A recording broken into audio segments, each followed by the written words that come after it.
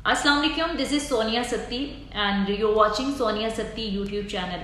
नाज़रीन, कुछ ज़ाती मसरूफियात की वजह से बड़े अरसे से मैं व्लॉग नहीं कर सकी, यूट्यूब के लिए काम नहीं कर सकी, लेकिन इंशाल्लाह अब दोबारा से सिलसिले को हम यहीं से आगे जोड़ेंगे और रेगुलर जो है आप मेरे व्लॉग देख सकेंगे। तो जनाब, कुछ पॉलिटिकल डेवलपमेंट से मैं चाह रही हूँ कि इन पर ज़रा आज बात कर लें। जैसा कि आप जानते हैं कि ये पूरा महीना, बल्कि जब से तहरीक अदम एतमाद का मामला आया है तब से लेकर आज तक जो पॉलिटिकल टेम्परेचर है वो कम होने का नाम नहीं ले रहा।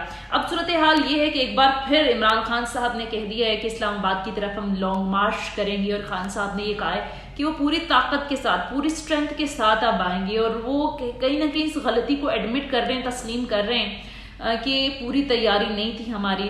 और दूसरा, खान साहब ने ये कहा है कि हमें अंदाजा नहीं था कि हमें इस तरह की रुकावटों का सामना करना पड़ेगा, इस तरह का तशद्दुद किया जाएगा, इस तरह से गिरफ्तारियां की जाएंगी, जिस तरह की शेलिंग की गई, जो पूरा एक माहौल बना हुआ था, शायद वाकई पाकिस्तान तहरीक इंसाफ को उस चीज का अंदाजा नहीं था।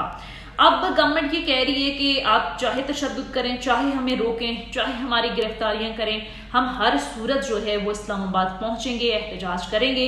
बल्कि आज बड़ा मुझे एक तरफ एक परेशानी की भी बात लगी कि वज़ीर आला केपी की जानिब से आज बड़ा एक बयान दिया गया, जिसमें उन्होंने कहा कि पहले जब हम लॉन्ग मार्च के लिए आए थे तो हम गैर मुसल्लह थे, हमारे पास हथियार नहीं थे, यानी कि, और अब जब हम आएंगे तो उन्होंने कहा कि अब सूबे की फोर्स इस्तेमाल करेंगे। ये बड़ा एक, जिसे कहते हैं ना कि एक परेशान कुन एक स्टेटमेंट दिया है वज़ीर आला केपी की जानिब से। बार बार पाकिस्तान तहरीक इंसाफ के रहनुमाओं के बयान भी सुने, वो यही कह रहे हैं कि हम एक पूरी स्ट्रैटेजी के साथ आएंगे, पूरी एक तैयारी के साथ आएंगे। खान साहब ने बल्कि आज खिताब करते हुए ये कहा कि सुप्रीम कोर्ट जो है वो हमें प्रोटेक्ट करे, हमें तहफ़्फ़ुज़ दे, इस पर रूलिंग दे कि हमें पुरअमन एहतजाज की इजाज़त जो है वो दी जाए।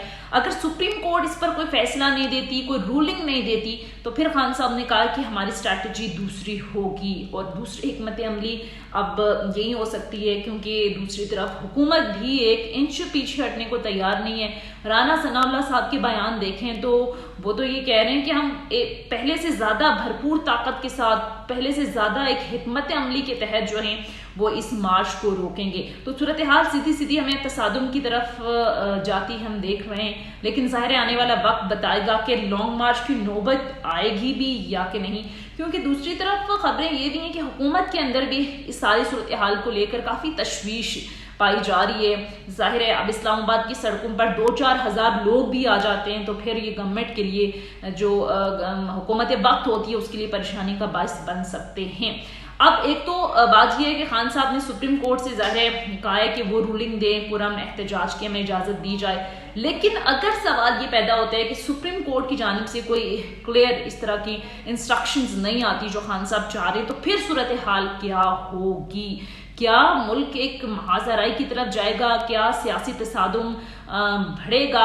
इस हवाले से जो खबरें हैं वो ये हैं कि हो सकता है कि लॉन्ग मार्च की नौबत ही ना आए, और बैकडोर, क्योंकि नेगोशिएशंस की भी बड़ी खबरें चल रही थी, जिसको ज़ाहिर खान साहब ने डिनाई भी किया और बार बार उन्होंने कहा कि ऐसी कोई बात नहीं है। लेकिन जिस दिन ये धरना हुआ, हम लोग भी जब ये लॉन्ग मार्च की डेट अनाउंस हुई और खान साहब सुबह पूरी रात हम भी डी चौक पर मौजूद थे, एक इम्प्रेशन ये दिया जा रहा था कि शायद बड़ी तादाद में लोग खान साहब के साथ निकले नहीं हैं।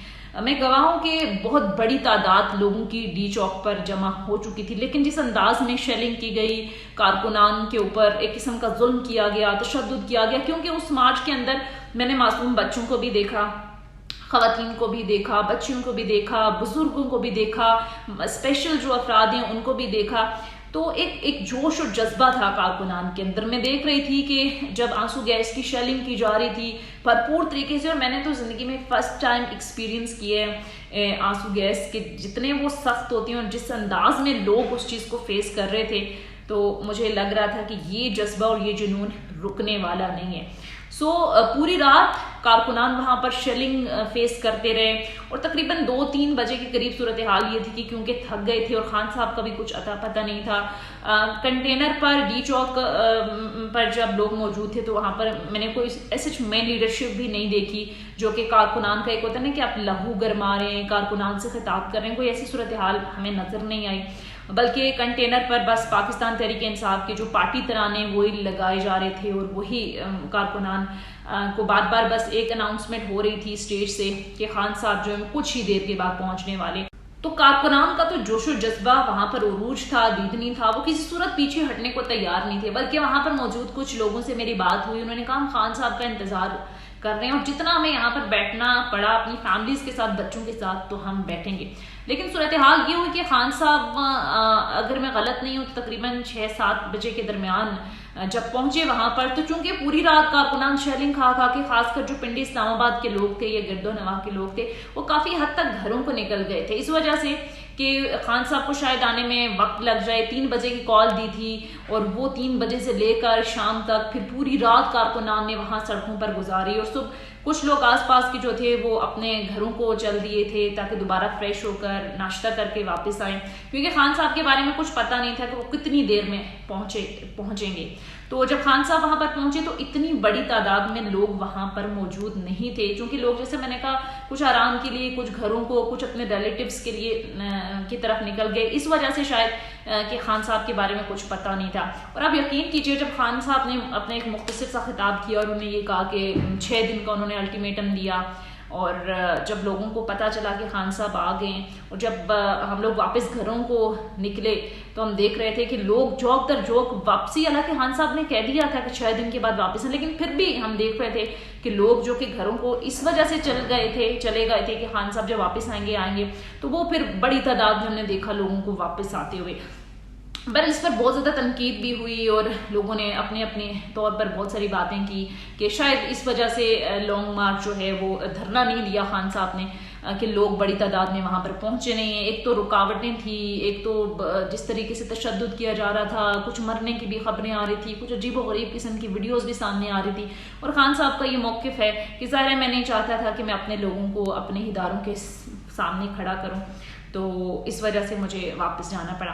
लेकिन अब सवाल ये पैदा होते हैं कि खान साहब ये कह रहे हैं कि दोबारा एक नई स्ट्रैटेजी के साथ वापस आएंगे। अब वो दूसरी नई स्ट्रैटेजी क्या है? क्या इस बार अगर रुकावटें खड़ी की गई पुलिस की जानिब से, राना सनाउल्लाह साहब की जानिब से, तो फिर पहले तो वो कह रहे थे कि हम इदारों के सामने, या हम नहीं चाहते कि पुलिस के साथ हमारा कोई तशद्दुद हो या मामलात आगे बढ़ें या तसादुम की तरफ मामलात जाएं, कत्ल गारत की तरफ जाएं। तो इस बार क्या ये जायज़ हो जाएगा? इस बार भी राना सनाउल्लाह कह रहे हैं हम तो पूरी शिद्दत के साथ, पूरी ताकत के साथ इनको रोकेंगे। तो इस बार भी अगर वो ताकत का इस्तेमाल करते हैं तो क्या पाकिस्तान तहरीक इंसाफ का वो फिर बयानिया किधर जाएगा कि हमने इस वजह से धरना नहीं दिया कि कोई तसादुम की तरफ मामलात ना जाएं? ये जनाब तमाम तर सूरत हाल है। अब ज़ाहिर है खान साहब ने जो बॉल है वो सुप्रीम कोर्ट की कोर्ट में फेंक दी है कि सुप्रीम कोर्ट इस हवाले से क्या फैसला देता है। लेकिन एक बात मैं यहाँ पर बताऊं कि सुप्रीम कोर्ट ने बाकायदा तौर पर इंस्ट्रक्शंस दी थी, हिदायत दी थी कि जो पुराने लॉन्ग मार्चेस को रोका ना जाए, तमाम तर रुकावटें हटा दी जाएं। तो हुकूमत वक्त की जानिब से सुप्रीम कोर्ट की जो इंस्ट्रक्शंस थी उसे फॉलो नहीं किया गया, उनका हुक्म नहीं माना गया। और दूसरी तरफ पीटीआई ने भी सुप्रीम कोर्ट का हुक्म नहीं माना, क्योंकि जब ये लोग सुप्रीम कोर्ट लेकर गए ये तमाम तर मामला, तो सुप्रीम कोर्ट ने कहा कि आप H9 के एरिया में आप लोग अपना पूरा एहतजाज रिकॉर्ड करवाएं, वहाँ आप बेशक एहतजाज करें। लेकिन फिर खबर ये आई, खान साहब ने कहा कि नहीं, तमाम कारकुनान D चौक पर जाएं। और जब ये D चौक पर गए तो फिर जो पुलिस थी वो हरकत में आई और उन्होंने, चूँकि 2 रोज़ पहले से ये तशद्दुद, ये गिरफ्तारियाँ, ये आंसू गैस की शेलिंग, जगह जगह रुकावटें, ये रोका जा रहा था। तो सुप्रीम कोर्ट की इंस्ट्रक्शन के बावजूद भी ये तशद्दुद जो है वो रुका नहीं है। अब सवाल ये पैदा होता है कि आगे सिनेरियो क्या है? क्या हुकूमत पाकिस्तान तहरीक इंसाफ के लॉन्ग मार्च के प्रेशर में आकर घुटने टेक देगी? तो मुझे ऐसा नहीं लगता, क्योंकि हुकूमत ने सख्त मुआशी फैसले कर लिए हैं। अब जाहिर है मज़ीद सख्त फैसले करेगी, सब्सिडीज़ ख़त्म करेगी तो IMF का प्रोग्राम बाहर हो जाएगा। वो कह रहे हैं हमें चीन पैसे दे देगा, सऊदी अरब पैसे दे देगा, दीगर जो आलमी मालियाती इदारे हैं जिन्हें कहा था ज़रा जिनकी साथ मशरूत होता है अगर IMF मदद करता है तो वो भी करते हैं। तो अगर हुकूमत ने सख्त मुआशी फैसले कर लिए हैं तो जाहिर है वो एकदम से इलेक्शन में जाने की पोजीशन में नहीं होगा, क्योंकि आवाम में ये गैर मकबूल है। जितना मर्जी गवर्नमेंट डिफेंड करे कि ये पेट्रोल प्राइसेस अगर हम नहीं बढ़ाएंगे तो मुल्क दिवालिया हो जाएगा, हमारी इकॉनमी को नुकसान पहुंचेगा, जितनी मर्जी जस्टिफिकेशन गवर्नमेंट दे, पाकिस्तान तहरीक इंसाफ भी देती थी तो लोग नहीं मानते थे, अब ये गवर्नमेंट भी दे रही है तो लोग नहीं मानेंगे। तो मेरा नहीं ख्याल कि हुकूमत घुटने टेकने पर मजबूर हो जाएगी या प्रेशर लेगी, क्योंकि कहीं ना कहीं ऐसा लग रहा है कि नून लीग तो चाहती है कि वो अर्ली इलेक्शन की तरफ मामला जाए। नवाज शरीफ साहब कह रहे हैं, मरियम भी खुल्ला जलसों में खिताब के दौरान ये कि पिछली गवर्नमेंट का जो मलबा है वो हम अपने सर क्यों लें, लेकिन ये कहा जा रहा है कि पाकिस्तान पीपल्स पार्टी किसी सूरत मानने को तैयार नहीं है। लेकिन अब सवाल ये पैदा होता है, जो $1 मिलियन क्वेश्चन है, वो ये है कि अब व्हाट नेक्स्ट, आगे क्या होगा, क्योंकि हुकूमत पीछे हटने को तैयार नहीं है, पाकिस्तान तहरीक इंसाफ पीछे हटने को तैयार नहीं है। तो क्या कोई हंगामा आ रहा है, किसी सूरत हाल बन सकती है, जमहूरियत को क्या कोई खतरा हो सकता है? ये इस वक्त सबके जहनों में सवाल जो है वो गर्दिश कर रहा है, या कोई इदारा आके इंटरवीन करेगा, इन दिनों के दरमियान कुछ बीच बचाव की राह हमवार करेगा? क्योंकि कुछ खबरें ये भी हैं, जैसे मैंने स्टार्ट में भी बात की कि बैकडोर क्योंकि नेगोशिएशंस चल रही थी और शायद कि नौबत 9 मार्च की तरह जाए ना, इमरान खान साहब दोबारा आए ना, जो कि आपको पता है कि शहबाज शरीफ साहब ने भी फ्लोरिडा हाउस खड़े होकर कहा कि बातचीत के दरवाजे खुले हैं, हम कमेटी बनाने के लिए तैयार हैं। तो उसके जवाब में खान साहब जो पिछले 3-3.5 सालों में जब ओपोजिशन में थे, जब से गवर्नमेंट में, वो ये कहते थे चोर हैं, डाकू हैं, हम किसी सूरत इनसे बात नहीं करेंगे, किसी मामले पर उनसे मुज़ाकरात नहीं करेंगे। तो उन्होंने भी कहा है कि ठीक है, अगर इस मामले पर के इलेक्शन कब होंगे, ये गवर्नमेंट कब खत्म होगी, इस पर अगर मुज़ाकरात करते हैं तो फिर हम मुज़ाकरात करने को तैयार हैं। तो बैकडोर नेगोशिएशन की खबरें बड़े दिनों से गर्दिश कर रही हैं। अगर तो इनके दरमियान मुज़ाकरात की कोई राह हमवार हो जाती है तो फिर किसी हद तक हम एक, जिसे कहते हैं ना, स्टेबिलिटी देखेंगे।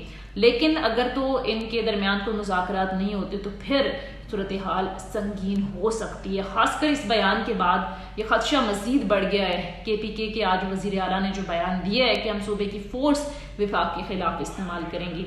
मुआशी हवाले से चैलेंजेस बहुत ज़्यादा हैं इस वक्त शहबाज शरीफ हुकूमत के लिए। पॉपुलरिटी जो पाकिस्तान तहरीक इंसाफ है उसका ग्राफ ऊपर जा रहा है, जो उनका बयानी है वो बड़ी हद तक बाय हो रहा है। और दूसरी तरफ इत्तेहादियों के साथ मिलकर गवर्नमेंट करना। अब खान साहब जब गवर्नमेंट में थे तो आपको पता है जब भी इत्तेहादियों की ज़रूरत पड़ती थी, इत्तेहादियों में ब्लैकमेल करते थे।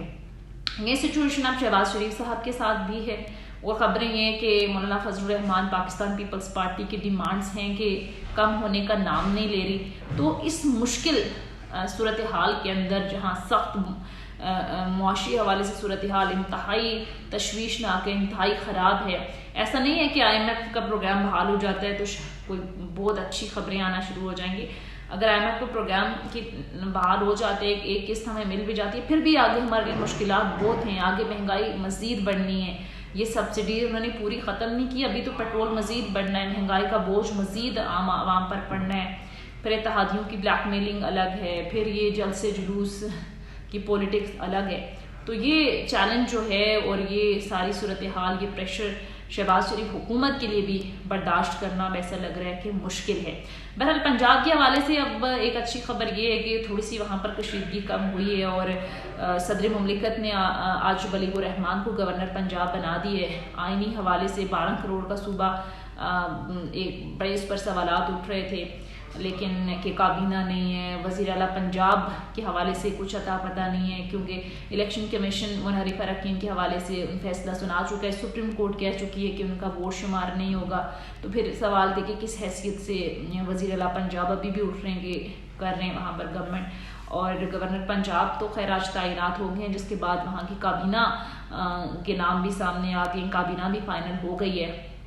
लेकिन बहरान वहाँ पर टला नहीं है। आने वाले दिनों में अब पंजाब में सूरत हाल क्या बनती है और फिर मरकज़ में अब आगे सूरत हाल क्या होगी, क्योंकि पुरअमन एहतजाज करना हर जमात का, हर शहरी का बल्कि जमहूरी हक है, और यह हक हमें रियासत देती है, यह हक हमें आइन देता है। और आपको याद होगा कि पाकिस्तान तहरीक इंसाफ की हुकूमत में भी ये लोग जो धरने कर चुके हैं, मौलाना फजलुर रहमान कर चुके हैं, बिलावल भुट्टो महंगाई मार्च कर चुके हैं। अगर PTI भी इनको रोकती तो यही सूरत हाल होती, यही तशद्दुद होता, यही एक कशीदगी बढ़ती। इसे और उन्होंने नहीं रोका, वो आए, अपना पुरअमन एहतजाज किया, मौलाना ने अपना धरना दिया और वो चले गए। और ये पाकिस्तान तहरीक इंसाफ के साथ भी होता है यार। 126 दिन का इन्होंने धरना दिया, पार्लियामेंट पर इन्होंने हमला किया, PTV पर हमला किया, क्या हासिल कर लिया? क्या गवर्नमेंट गिरी? हाँ, गवर्नमेंट कमज़ोर ज़रूर हो जाती है, बट हुकूमतें धरनों जलसों जुलूसों से गिरा नहीं करती। तो ये बात समझनी चाहिए गवर्नमेंट को। और अगर नहीं समझेगी तो फिर गवर्नमेंट के लिए भी मुश्किलात होंगी और मुल्क के लिए मुश्किलात होंगी। इस सारे खेल में ऐसा लग रहा है कि सब अपनी अपनी पॉलिटिक्स के पीछे पड़े हुए, मुल्क का कोई नहीं सोच रहा, चाहे